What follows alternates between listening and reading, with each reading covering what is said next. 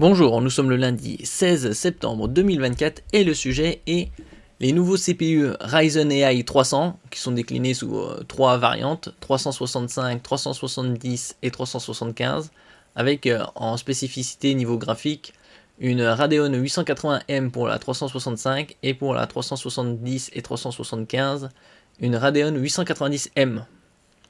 Et ici, une bonne nouvelle, nouveau pilote actif de technologies graphiques et libèrent leur puissance. Un nouveau pilote graphique d'AMD en version préliminaire pour l'instant, et donc ce sera probablement disponible d'ici la fin de l'année, voire l'année prochaine, promet de sérieuses améliorations pour les processeurs Ryzen AI 300. L'intégration des technologies Fluid Motion Frames 2, AFMF2 et Variable Graphics Memory VGM repousse les limites des performances graphiques intégrées, en allouant de la mémoire vive à la partie graphique, comme si c'était de la VRAM. N'oubliez pas de vous abonner pour plus de news sur le monde de la high-tech, ainsi que les bons plans, également sur mon Twitter, et en description sous toutes mes vidéos.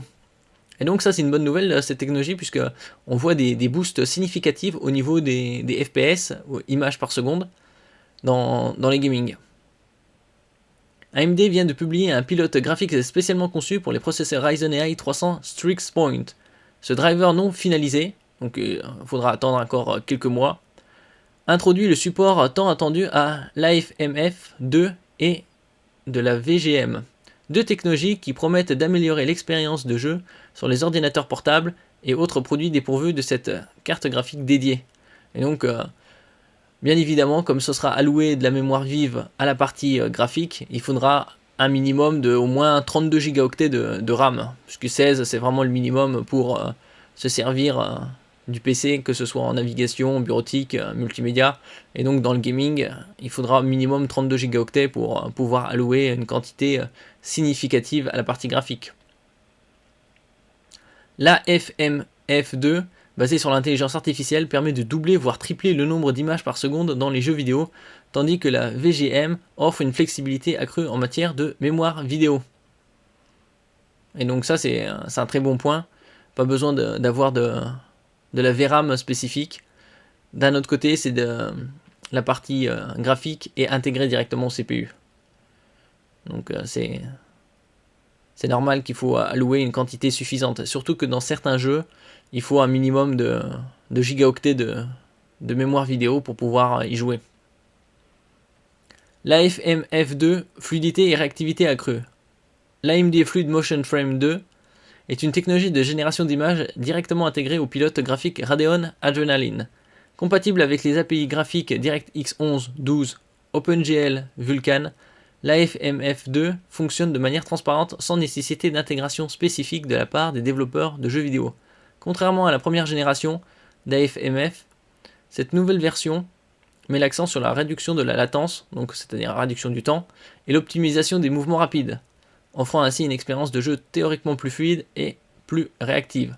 Donc pour l'instant c'est en test, c'est une version préliminaire, il faudra attendre encore pas mal de mois. C'est peu probable que ça arrive à la fin de l'année, bon c'est pas impossible, mais ce sera plus courant 2025.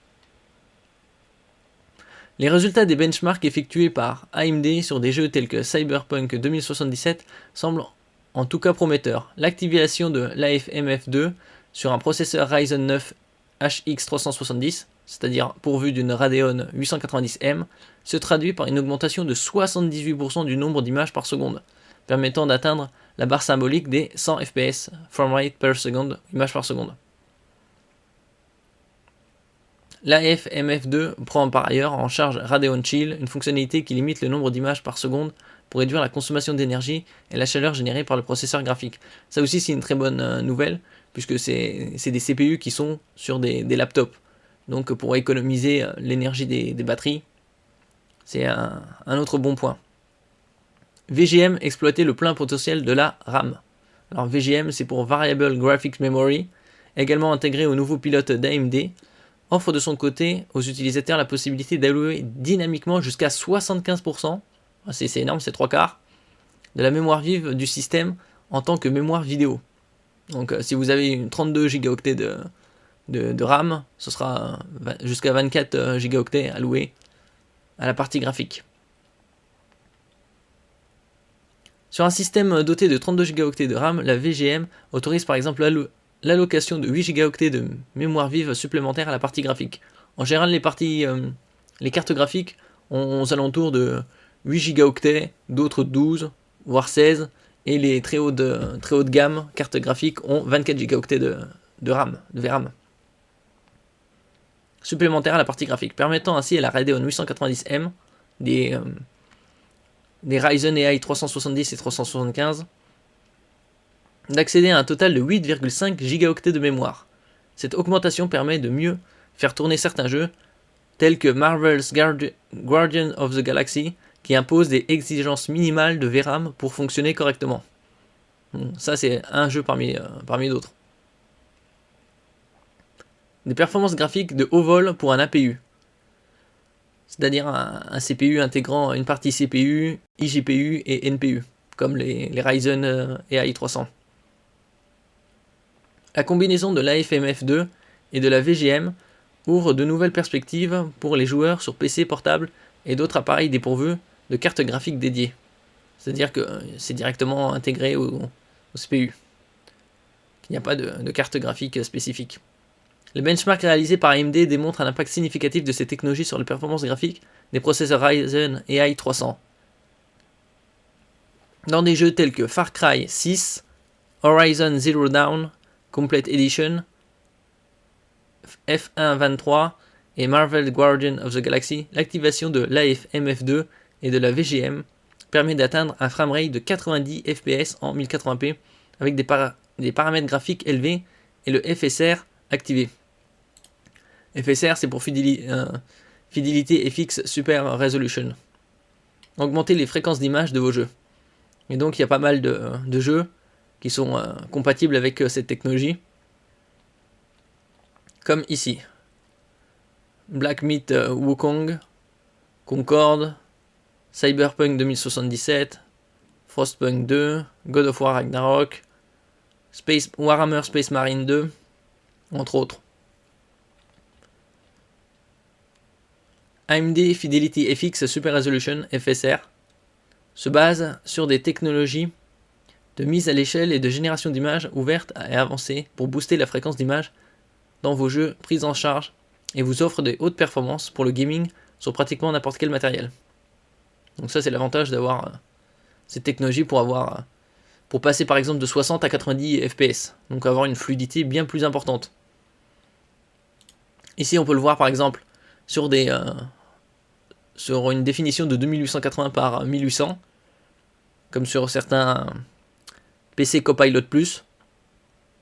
Les rendus c'est médium, et avec la balance FSR, par exemple sur Far Cry 6 on passe de 55 à 78 fps, donc plus 23, donc à environ 40% d'augmentation.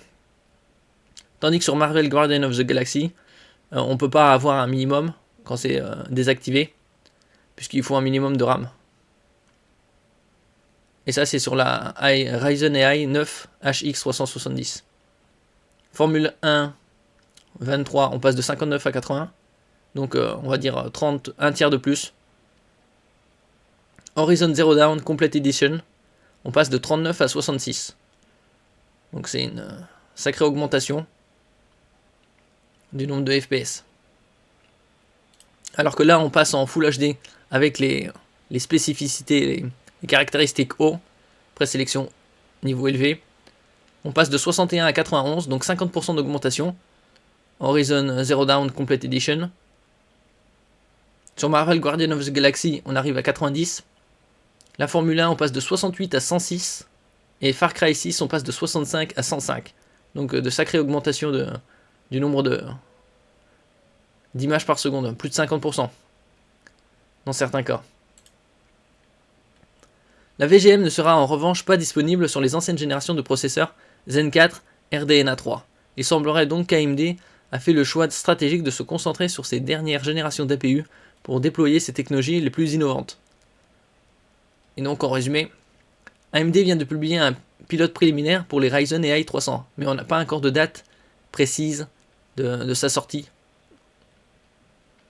Celle-ci active les technologies AMD Fluid Motion Frame 2 et Variable Graphic Memory pour avoir des gains de plus de 30 et 50% dans certaines définitions. Et donc l'impact sur les performances graphiques c'est plus que significatif là. Ça se voit. Là on a 40%. Là on a un peu plus de 30%. Et là on a pas loin de 60, un peu plus de 60%. Ça c'était en 2880 par 1800. Tandis qu'en Full HD, et avec les niveaux de détail élevés, ça aussi 50%. Là aussi un peu plus de 50%. Et également 55%.